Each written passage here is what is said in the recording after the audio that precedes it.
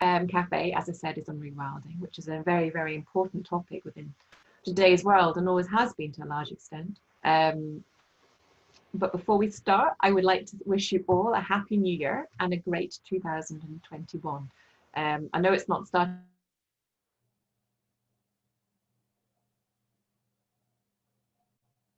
Hopefully, in the next few months with the vaccine being rolled out. Obviously, it's very important to deal with COVID, but nothing at the moment is more important than climate change in our view. And that's what we're dealing with right now with rewilding. And with hopefully COP26 this year in Glasgow, we can all do something about that, and the world will listen at that point. Because it isn't just about, I suppose, our energy or anything like that. It's also about being great custodians for this world, and that is what rewilding is about as well. So without further ado, let's go on to the main part of this, which is obviously about who's speaking. So we have the wonderful Paul Lister from the European Nature Trust speaking about rewilding and overview, and he's speaking from Bermuda. So, so that's pretty cool. This is a kind of benefit of having the Climate Cafe online. And then we have Professor David McCracken, who will be talking about rewilding the uplands, balancing production and conservation. And James Littlejohn, with Patrick Cook coming in at some points, talking about the Rewilding Deeside Community Project. Those are our three speakers and the topics on which they're going to speak about. Our future events, well, we have our next Climate Cafe. We have the Climate Cafe every first Tuesday of the month, and they're all online at the moment, and you can get them all from Eventbrite or the links on our Facebook pages. But the next one is about food growing and community relations. So we have some great speakers talking about their community projects next month. And the one after that is understanding planning, which might sound a bit dry, but believe you me, when you're involved in a planning, I wouldn't say, well, maybe dispute, or you want to change some of the plans that the council or other people have, then it is a vital information to have. And last but never least is Climate Week Northeast. Here in the northeast of Scotland, we have 10 days of events that run every March that Aberdeen Climate Action facilitate and help organise. If you or your organisation want to put in an event, it's not too late. We have a deadline for event details for the brochure on Sunday, but you can still put in events past that date. They just won't go in the online brochure. And you can find out more information on climateweeknortheast.org website. So please do that. And you can also contact me if you're interested in Climate Week, and I'll be able to give you more information. So date the diary, the 12th to 21st of March. There'll be a lot of online events and some face-to-face, depending what's happening. Okay, so if you want to know more about ACA and follow us, our website is here. We have the Climate Week Northeast website, the Sustainable Living portal, which is our one-stop shop for sustainable living here in the Northeast, our Facebook, Twitter, Instagram, and LinkedIn.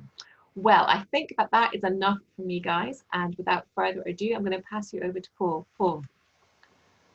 Thank you, Alison and Adam, for inviting me along for this evening. I really want to sort of start my little short talk on a little bit of background to sort of let people know a little bit where I've sort of got my passion for nature and conservation from. But I would say that, first of all, I'm not a specialist, so I know I'm surrounded by quite a few people who are very, very knowledgeable about their subject, where I'm more of a generalist. So when it comes to Q&A afterwards, please only give me easy questions. but otherwise, I'm looking at three things that I do mostly in my life. And one is I'm happy to be the custodian of Alladale, which is 23,000 acres in the southern part of Sutherland, which is our rewilding project. The second is I run and set up the European Nature Trust, which is a foundation working in multiple countries around Europe. And a small part of my time I spend worrying and being concerned about financial aspects of our family, but that takes probably a smaller part of the time. So I'm very blessed, I'm very lucky, I'm very fortunate that I can devote almost all of my time to the causes that I'm very passionate about. The European Nature Trust really got started because some years ago, Roy Dennis introduced me to a chap called Christoph Promberger, who was back in the post-communism period, a few years after. Christoph was working in Romania with large carnivores, and the Munich Wildlife Society couldn't quite figure out how come there was such a huge rural community in Romania, and there was something like 8,000 bears, 3,000 wolves, and probably 2,000 or 3,000 lynx. So Christoph went over there to do a study on that for a number of years, and I was fortunate enough to fly there and meet with him and spend some days with Christoph and his team, and I become completely enchanted and inspired by what I saw in Romania. And to that end, one of the largest projects that we're part of is establishing a national park between Sibiu and Brasov of 250,000 hectares, which we're trying to achieve and have been doing so for the last 12 years. So Romania, huge swathe of forest, probably the largest natural native old forest in Europe, and probably 50% of the trees and vegetation that go with that are in Romania across the whole of Europe. And so that country sort of cast a little bit of a shadow on the UK for me, which is the most nature depleted country probably in Europe, with Denmark, and one of the top 20 most nature depleted countries in the world. So that kind of gave me a juxtaposition and gave me an idea of what real nature in Europe used to look like before man went about his work. And then I'm involved with a project in central Italy, in Abruzzo, with the Marsden brown bear, where there's just 60 bears left, surviving 2 hours inland from Rome. And we've been helping them with their publicity and marketing this just last year. I'm also involved in supporting a project in northern Spain, in Cantabria, with the bears, Fundación Oso Pardo in the south, also the Dehesa region of Spain, about the Iberian lynx and how that's population has moved from 100 to over 600-700 animals in the last 10-15 years. And then also, obviously, the work we're doing in Scotland ties in with the European Nature Trust on certain projects. And on top of that, I'm involved with Belize, where I'm currently speaking now. I'm living here for the winters, so 3 to 4 months of the year I live in Belize. And I've fallen in love with Belize because 75% of its landscape is fairly well protected. And we're involved with making documentaries. I've got 4 films we're producing together with a group of friends. Just recorded 2 podcasts, an organization called The Wild in America. And we're organizing a symposium next January for all the NGOs in Belize to get together and have a powwow. There's a lot of NGOs working in the space of nature conservation and wildlife in Belize, like there are many countries where the left hand isn't necessarily knowing what the right hand's doing. So I'm going to host an event with a friend of mine in Miami who's got a foundation for maybe 20 NGOs to get together for 2 days, 48 hours, and have a good meet on that. And then I'm also hoping to work on a jaguar habituation program, which has come from the Pantanal in the south of Brazil, with a chap called Mario Haberfeld runs a foundation called On Safari, ONCA, On Safari, and where they managed to make more value on a jaguar's head than for any other Chinese medicine or other predating on people's livestock. They've kind of figured that from a tourism aspect, that the amount of money coming into an area for the local people, it's not just employing a cowboy, no, it's his wife, daughter and son as well in hospitality. So that's really what I'm up to. Then we come to the Alladale. Alladale was I first came to Scotland, I think, when I was 20, early 20s, and I got involved with shooting hinds in the winter there, and I always felt, you know, I couldn't understand why we had to shoot so many deer, and obviously it was clear we had no carnivores, nothing like that, so we have to manage the landscape. And combined, I think, with what I saw in Romania, what I've seen and understood from Yellowstone, and what I learned also in South Africa, I thought by putting together projects from those countries, we could come up with a concept up in the Highlands. So, yeah, I choose to spend my time in Sutherland and also in Belize in the winter. I like minimum population density personally, and I like maximum rainfall, the new liquid gold. So for me, those are the places I prefer to spend my time. Of course, we have the projects in Europe as well, but where I spend my time is up at Alladale. When I can get in there and when we're not rented out to guests, when we are, I get kicked out and I end up on the road exploring other areas of the north of Britain.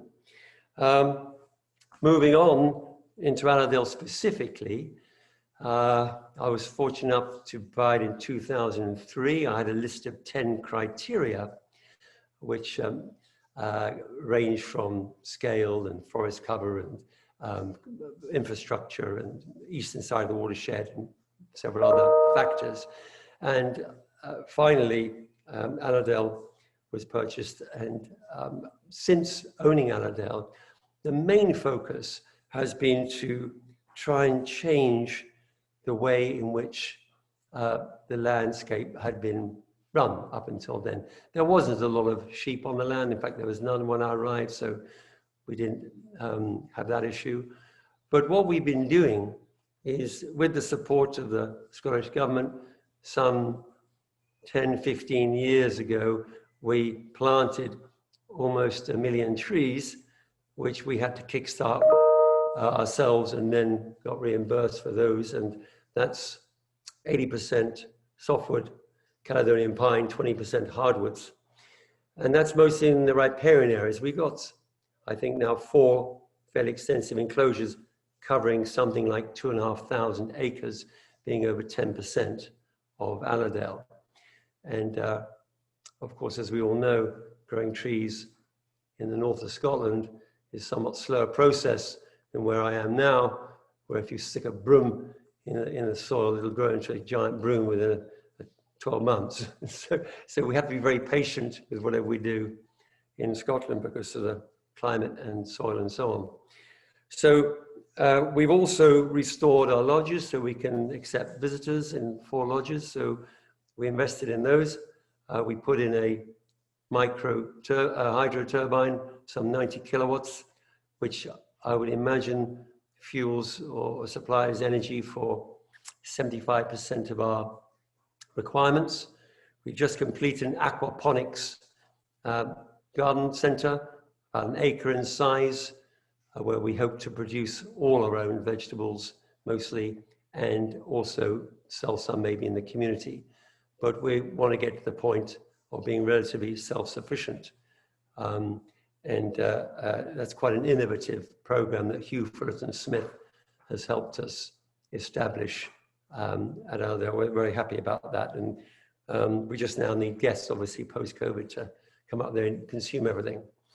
On top of the tree planting program, we have restored our peatland, which we did, I think, again, about 12, 13 years ago. We went to ICAP, financial organization in London, and they paid us to block, I think, something like 4,000 dams we put in, and hundreds of kilometers of drains that are put in, as people might know, to drain the peatland some 60, 70 years ago. And now that peatland is coming alive with sphagnum moss and so on. And so that was a great project, we're very happy to be probably at the front end of that kind of work. On top of that, we have a small herd of Highland cattle that we use as a sort of replacement for a large herbivore like a bison or an Irish or an elk rather, European elk. So they tread the ground, fertilize them, particularly in the riparian areas, and we're very happy with the work they do. The herd was larger, it was about 60, 70 a year ago, but having spent the whole of lockdown up there and hearing the tractor driving hay every morning to feed them, I kind of thought that was a bit excessive. So we slowed that down a little bit and reduced the herd. I'm not necessarily a livestock farmer, but we end up obviously with a bull there each year, and then the calves get moved on later in the season. Together with Roy Dennis, we spent 5 years lobbying to bring back red squirrels into the Strath. So red squirrels, we brought back 36, I think it was, and now I think there are hundreds running all the way down and hopefully linking up with another population towards Dornoch. So that was great, and all of our neighbours love to see the little squirrels running around, and they become a big attraction for our guests as well. They love little squirrels. So on top of that, we do a schools program aptly named HOWL, H-O-W-L, Highland Outdoor Wilderness Learning, where we've been doing that for, I think, now 13 years, and inviting up 150 teenagers, young teenagers, from 6 schools and academies each year, from Monday to Friday, and we take them, immerse them. When they arrive on a Monday, you should see the look on their faces. They're quite horrified about what the plans are for the week. And by the time Friday comes, they don't want to leave, and they have enjoyed their experience no end. And to that end, 2 of our youngest members of staff, 2 of our young rangers, Neil and Ryan, both came from the schools program. So it's kind of like a nice virtuous circle, and we're very happy to have them, and they're both of them living locally. We stopped deer stalking 2 years ago. I felt that it conflicted with our vision of slow, green, soft tourism and rewilding. And even though we now cull the deer ourselves, we do it probably more aggressively than we did before. So we're down to about 4 or 5 deer per square kilometre. On arrival to Alladale, I think we were above 20. And we very much get on with that internally with our 3, with Inez, our reserve manager, and the 2 young lads. And we just get the job done without any frills. And we're able to focus our website and our comms on another aspect of how we want to operate the reserve. And in fact, when I arrived, I stopped all bird shooting and snaring and trapping. We do shoot, the boys do shoot the odd fox, obviously, because without wolves above them, they will multiply and breed excessively. So we do some culling of foxes. What else? Well, within the European Nature Trust, we recently co-funded a film called Beavers Without Borders, which was an idea that I came up with James Wallace. And that film is available on YouTube. And we hope that that will go some way into demonstrating to people who own land, manage land, government officials or whoever, the benefits of having a more wilder landscape than we currently have. And that brings me really on to the big vision. I don't know how much time I have left, but hopefully a couple more minutes. And the vision has always been, I bought Alladale not necessarily to plant 1 million trees or to restore the peatland. That was a great benefit from doing so, but it was bought with a view to seeing wolves back into the landscape, but in a very managed way, just like has happened dozens and dozens of times in other parts of the world. So it's not about releasing a pack of wolves and then they'll run all over the countryside and breed and multiply, because that's what wolves do. There's no doubt about it. They're a carnivore. They will expand their range and make new territories. And with all the borders and the boundaries and the roads and the railroads and the fences and all the livestock, people's pets, and so on, it would just be, in my opinion, not a good decision to bring back wolves into the landscape, into the freedom of the countryside. So I'm very much behind a control, and I'm very much behind employing, instead of the 10 people we employ now, it would probably be more like 50 or 60. But the problem that we have at Alladale is scale, because we're 23,000 acres. I've done my maths over the decades. I've been interested in wolves and speaking to people all over Europe and North America, that the feeling is that an area of 50,000 acres with 2 packs of wolves would be a suitable amount. And of course, you know, wolves stir within people this ridiculous nonsense of wanting to kill or attack people or what have you. Of course, livestock is another matter. They will do that because rather than chase a red deer over the hill and risk getting a kick in the teeth and break a jaw and you'll starve to death, it's easier to go for a sheep or something. So we've all managed to manifest dogs as our favorite, best friends.